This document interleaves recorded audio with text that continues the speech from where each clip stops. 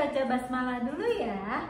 Bismillahirrohmanirrohim. Hari ini kita akan membahas binatang air yang hidupnya di air tawar. Air tawar adalah air yang tidak berasa asin.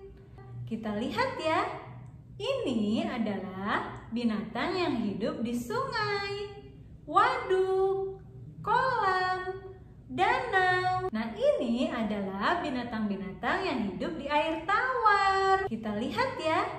Ini adalah binatang yang hidup di sungai. Ada ikan-ikan, katak, buaya, biawak, kepiting, keong, kura-kura, ada lele, ada belut. Ini adalah binatang yang hidup di waduk. Ada ikan-ikan, ada kepiting, ada keong, ada katak. Ini adalah binatang yang hidup di danau. Ada ikan-ikan, ada lele, ada belut, ada biawak, ada katak. Ini adalah binatang yang hidup di kolam atau tambak. Ada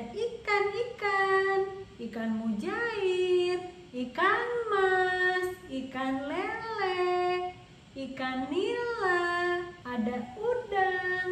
Alhamdulillah, hari ini kita sudah membahas tentang binatang yang hidup di air tawar. Besok kita ketemu lagi ya dengan materi yang lain. Wassalamualaikum warahmatullahi wabarakatuh. Kisah Nabi Yunus alaihi salam ditelan ikan paus. Kisah ini disebutkan beberapa kali dalam Al-Quran. Salah satunya surat Asy-Syaffat ayat 139 hingga 148. Diceritakan bahwa Nabi Yunus alaihi salam merasa putus asa berdakwah kepada kaumnya yang keras kepala. Kaum Ninawa tidak menyukai kehadiran Nabi Yunus. Menurut mereka, ajakan Nabi Yunus untuk beriman kepada Allah tidak sesuai dengan tradisi mereka. Wahai kaumku, berhentilah menyembah berhala-berhala itu. Sesungguhnya mereka tidak dapat memberi manfaat apapun kepada kalian. Hanya Allah satu-satunya Tuhan yang pantas kalian sembah. Wahai kaum Ninawa, tunggulah sebentar lagi azab akan turun kepada negeri ini. Kemudian Nabi Yunus mulai berdoa kepada Allah. Ya Allah, ya Tuhanku, hamba sudah tidak tahan lagi menghadapi keras kepalanya kaum Ninawa ini. Sekiranya Engkau mengutus hamba untuk berdakwah di tempat lain, hamba bersedia. Ya Allah, hamba mohon kabulkan permintaan hamba ini. Tak lama setelah kepergian Nabi Yunus, hal buruk terjadi pada kaum Ninawa. Tiba-tiba, cuaca yang awalnya cerah berubah menjadi gelap. Ini pasti azab Allah yang dijanjikan Nabi Yunus kepada kita. Ya Allah, maafkanlah perilaku kami yang tidak mau beriman kepadamu. Kami sudah zalim kepada Yunus, Nabi utusanmu. Ya Allah, ampunilah perbuatan kami. Kami sungguh-sungguh bertaubat kepadamu. Ya Allah. Kemudian Allah tidak jadi menurunkan azab kepada penduduk negeri Ninawa. Seperti yang disebutkan dalam Al-Quran, surat Yunus ayat 98. Ketika mereka, kaum Yunus itu beriman, kami hilangkan dari mereka azab yang menghinakan dalam kehidupan dunia. Dan kami beri kesenangan kepada mereka sampai waktu tertentu. Sementara itu, Nabi Yunus telah berjalan cukup jauh. Terlihat di sana ada kapal yang akan berlayar. Kemudian, Nabi Yunus pun ikut masuk ke dalam rombongan kapal yang akan berlayar itu. Ketika berada di tengah lautan, seketika itu angin bertiup kencang. Maaf tuan-tuan, sepertinya kita harus mengeluarkan barang-barang agar kapal tidak tenggelam. Baik. Mereka pun mengeluarkan semua barang dan menjatuhkannya ke laut. Sepertinya harus ada dari kita yang turun dari kapal.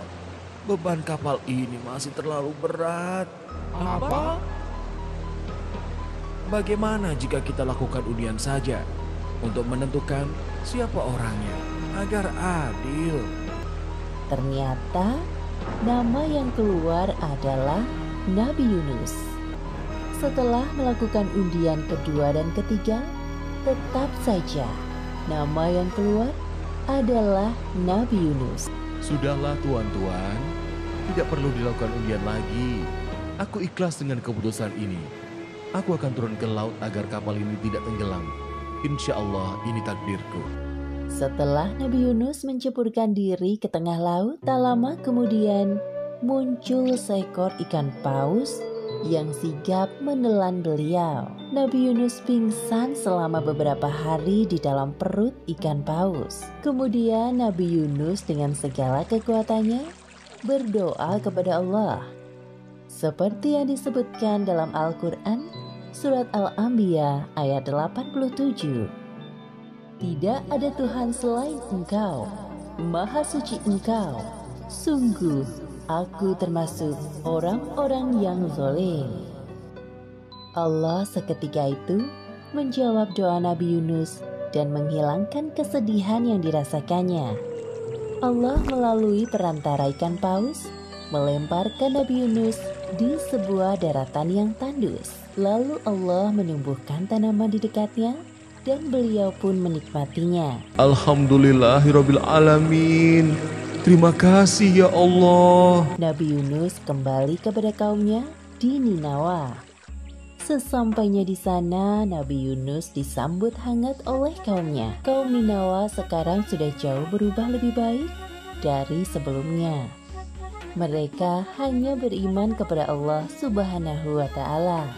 Demikianlah akhir kisah Nabi Yunus alaihi salam.